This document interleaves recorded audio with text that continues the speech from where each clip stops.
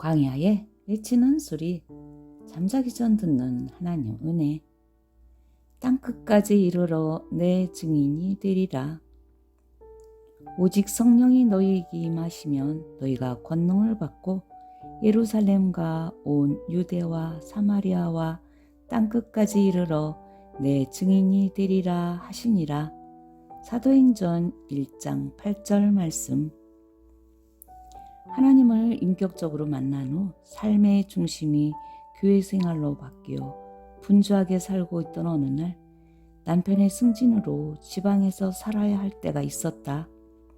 큰아들은 초등학교 4학년, 작은 딸은 2학년, 남편은 혼자 내려가서 주말에만 올라오겠다 한다. 하지만 나는 아이들이 아직 초등학교에 다니고 있으니 이 기회에 복잡한 서울을 벗어나 공기 좋고 물 좋은 자연에서 살고 싶은 생각이 간절했다. 이 소식을 들으신 전도사님도 목사님도 모두 주말 부부로 지내고 이사는 안 갔으면 좋겠다 하신다. 난처해진 나는 40일 저녁 금식 기도를 해가며 간절히 기도하는데 도대체 날이 가도 하나님께서 사인을 내려주시질 않는다. 이사 날짜는 이미 정해져 있어 다가오고 있는데 정말 난감했다. 작정기도 마지막 금요 철야 기도 시간에 애기처럼 두 발을 버둥거리며 울기 시작했다. 하나님, 지금이라도 가지 말라 하시면 안 갈 테니 사인을 좀 주세요. 그때 내 허락 없이는 한 발짝도 움직일 수 없다 하신다. 지금까지 준비하며 진행할 수 있었던 것이 하나님께서 허락하신 것이었구나. 우리는 홀가분한 마음으로 살고 있던 집을 새로 주고 지방으로 내려가 새로운 예수님과의 동행이 시작되었다.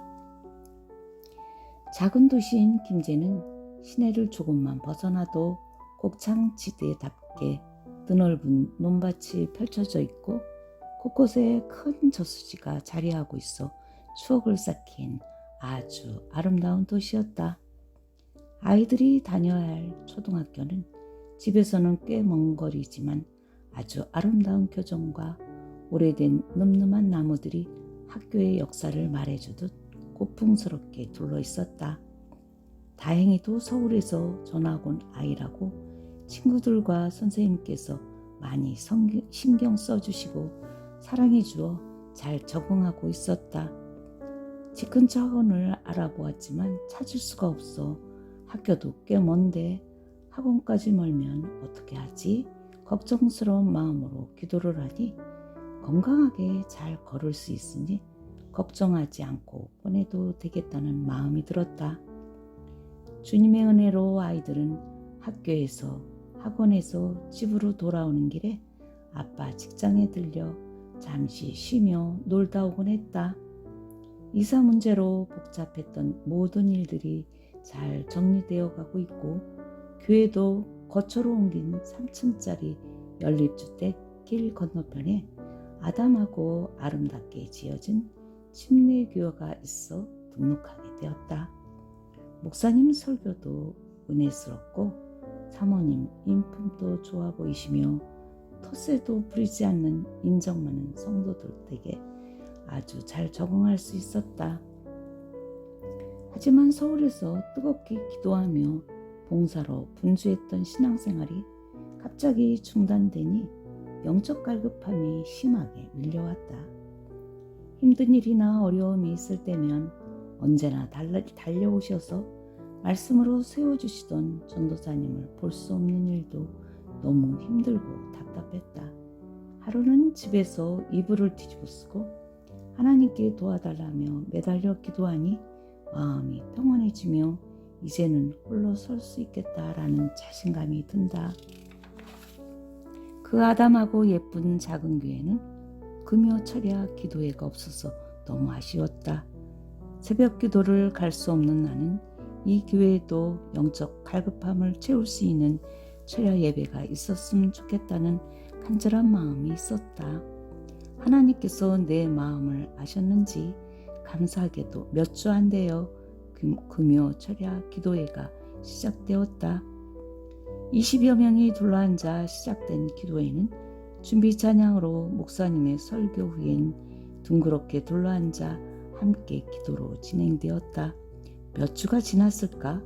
기도 시간에 웅성거리는 소리에 둘러보니 같은 연립 라인에 살고 있는 집사님이 웅크리고 누워서 괴로워하며 신음소리를 내고 있었다. 같이 기도하던 분들도 너무 놀란 표정이고 목사님께서도 걱정스러운 얼굴로 119를 불러야 하나 하시는 것이다. 자세히 보니 손과 발이 소아마비처럼 뒤틀린 채 너무 괴로워하고 있었다. 언젠가 서울에서 본 듯한 일이 떠올라 목사님께 모두 함께 조금 더 기도해보자 말씀드리니 그곳에 모인 20여 명의 교인들은 두렵고 떨리는 마음으로 모두가 간절하게 합심하여 집사님을 위해 기도했다. 그러는 사이 언제 그랬냐 싶게 집사님도 무릎 꿇고 기도하며 회개의 눈물을 흘리기 시작했다. 그렇게 뜨거운 중보 기도로 은혜를 경험한 교인들로 인해 철야 기도에는 시간이 지날수록 참여 인원도 점점 늘어나고 더욱더 은혜가 충만해졌다. 한 달의 기간을 두고 1인 3사람씩 천하보다 귀한 영혼을 하나님께로 인도해야 한다는 목사님의 광고가 있었다. 200여 명쯤 모이는 이 교회당에 3명씩 전도하게 되면 앉을 자리가 부족할 만큼 차고 넘치겠구나 라는 생각에 왠지 가슴이 벅차오르며 그날이 기대가 되었다.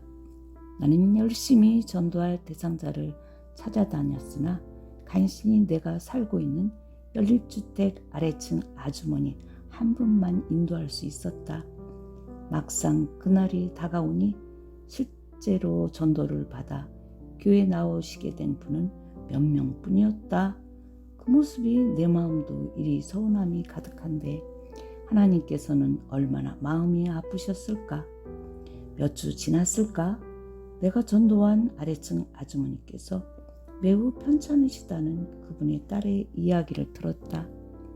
설상가상으로 그분의 남편께서는 급장스러운 질병으로 한 달 전 세상을 떠나셨다 한다. 그분의 병세는 더 악화되어 엄마의 위급함을 알리는 딸의 연락으로 교회 사모님과 함께 병문안을 갔다. 목사님의 부재로 대신한 사모님의 간절한 기도는 환자의 아픔을 대변이라도 하듯 뜨거움으로 하나님께 상달되는 듯 싶었다. 너무 안쓰러운 마음으로 손을 잡아주고 나오려는데 그분이 내 손을 한동안 꼭 잡은 채 할 말이 있는 듯 하염없이 바라보았다. 우리가 본 그분의 마지막 모습이었다. 그분 딸의 이야기로는 우리가 간혹 긴 시간 동안 눈물을 흘리며 기도하는 소리를 들었다 한다. 아마도 천국으로 부르시기 전에 지은 죄를 깨끗게 하기 위해 눈물로 회개하게 하셨나 보다. 몇 달 안 되는 사이 갑작스럽게 두 분의 부모님을 떠나보내고 어른들이 안 계신 장례를 치르려니 아무것도 준비가 되어 있지 않았다.